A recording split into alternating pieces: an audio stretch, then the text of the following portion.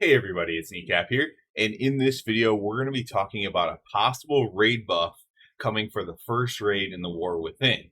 Now this isn't 100% confirmed yet, but there was some, possibilities of this found, also correlating with an interview as well. It does seem likely, and I want to talk about this because this is actually something I've been calling for quite a bit, and I'll talk about why as well. Basically there's this Yell ability that they found, and it increases damage and healing done while in raid, and it looks like it starts off at 3%. Now, in an interview, Morgan Day, he does a lot of the encounter stuff. He said that they were looking into doing something similar to the origination array, which was in BFA, the first raid.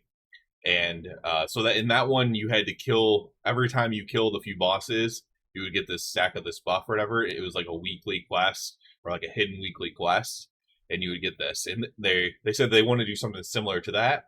As of now, this Yell ability does not appear to have to be tied to any quest, but that again that could change at any point. And they probably will, frankly, right? They're gonna probably want you to do something, and even in like ICC, like you had to do certain things, and you would get the buff or whatever. So yeah, the reason why I think this is so good. So there's been all these talks about how to properly nerf a raid. One thing that people typically don't like is just flat nerfing bosses. Now, in this case, you could still take a mechanic that has 5 really hard things and turn it into 4, right?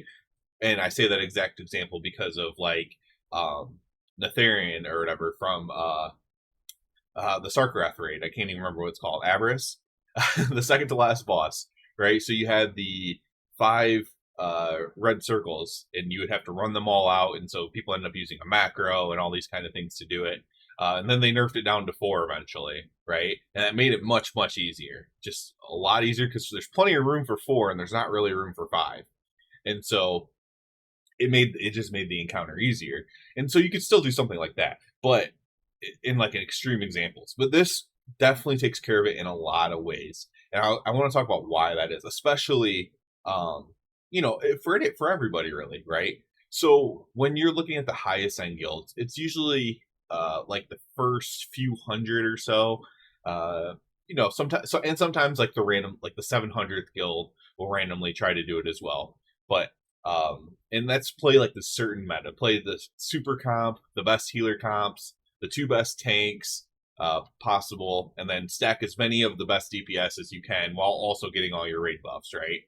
Now, when you are in a guild that's like mine, that's anywhere from like 800 to 1100, depending on the tier, we play whatever we want to play.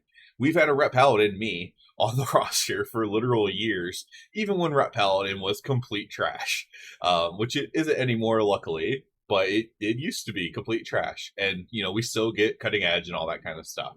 And so what Rebel Yell does is basically lets you play any comp you want by increasing your damage and healing. And then you do have to learn how to do the mechanics, obviously, right? There's a skill gap. There's other gaps between the top players and like where my guild is, let alone the top players to like a heroic guild or a normal rating guild, right? There's obviously different skill gaps there as well. But this takes something that you feel like you don't really have control of as a casual player, even a casual cutting edge player. You feel like you don't have control. Like you can't make everybody play the optimal classes because then we're not going to play, right? It's not going to be fun. Like if I was forced to get off Ret Paladin, that would leave a bad taste in my mouth. Now I have offered a few times because Ret was so bad, but if I was forced to get off Ret Paladin, that would feel bad, honestly. And so this kind of makes up for that. Like if you're playing a spec that's not very good because somebody really likes it in your guild, then this will make up for that damage that you're losing. If you don't have the optimal healers, and the optimal healers is a big one here. And this is only healing done; it's not defensive or whatever. But a lot of times, as long as it's not one shots, which sometimes that is the problem, but as long as it's not one shots, you can make up for pretty much everything else with healing done. And so, a good example would be tiers where a lot of times for the meta healing comp, you stack 2 of like the Omega best healers, and in my experience, in tiers where we have zero of the meta healer. So let's say just Disc Priest is the meta healer, and we have zero Disc Priests. Those tiers are notably harder. Now, on tiers where we randomly, without trying, have two of the meta healer, those tiers all of a sudden feel a lot easier for us. And I don't think that's I don't think that's a coincidence or anything like that. And so healing done can also make up for a lot. Now, this doesn't fix everything, but it does notably fix the difference in compositions, the difference in a little bit of the skill difference, right? Because some of the skill difference is pressing your buttons perfectly every single time, right? Somebody in the Race to World First guild might do that a lot more often than somebody in my guild or me, right? Even so, I really, really love this style of raid nerfing is putting the power into the player hands essentially, right? Okay, you guys still have to do the mechanics. If there's a mechanic that's just a little bit too crazy, maybe we'll nerf it. We'll tune the bosses and by literally tuning the mechanics, and then we'll just let you get powerful enough through this buff to make up for whatever inadequacies it might be, whether that's a little bit of skill difference or that's just your comp being terrible, right? And these things can really represent themselves. I don't think enough people put enough thought into that. Like if you're stacking just random tiers, right? If you're stacking like 3 or 4 boomkins or 3 or 4 warlocks because they're extremely strong and you just barely get your raid buffs from everything else, but you're stacking 3 or 4 or something that's incredibly strong, and then you go to another guild that has 1 or 0 of those things, well, that's a big difference, right? Or some of the tiers where Warlock with PI is incredibly strong, right? That's been something that's happened. And you might have a Warlock or two, but then you don't have a priest randomly, or you only have one priest, and 1 or 2 of your Warlocks, you have 3 Warlocks, but 2 of them don't have PI, right? And so, like, there's all these inefficiencies that happen as you get further down the guild list.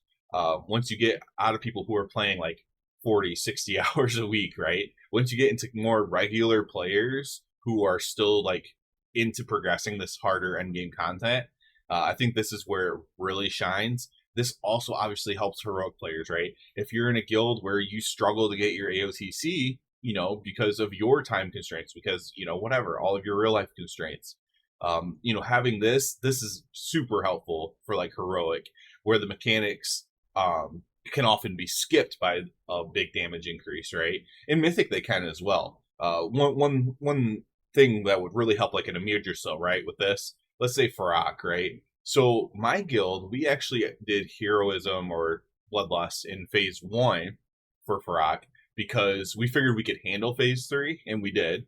But phase 1 was more difficult for us than phase 3 was, and so we're going to try to get through this. Well, with this buff, we might have been able to push Farak into phase 2, hit the right percentage without using Bloodlust, and then have Bloodlust for phase 3, which then would make it a complete joke for our guild, because we were fine with phase 3, it was just phase 1.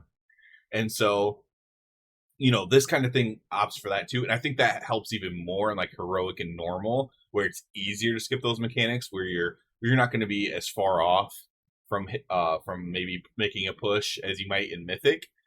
You'll be closer to making those goals.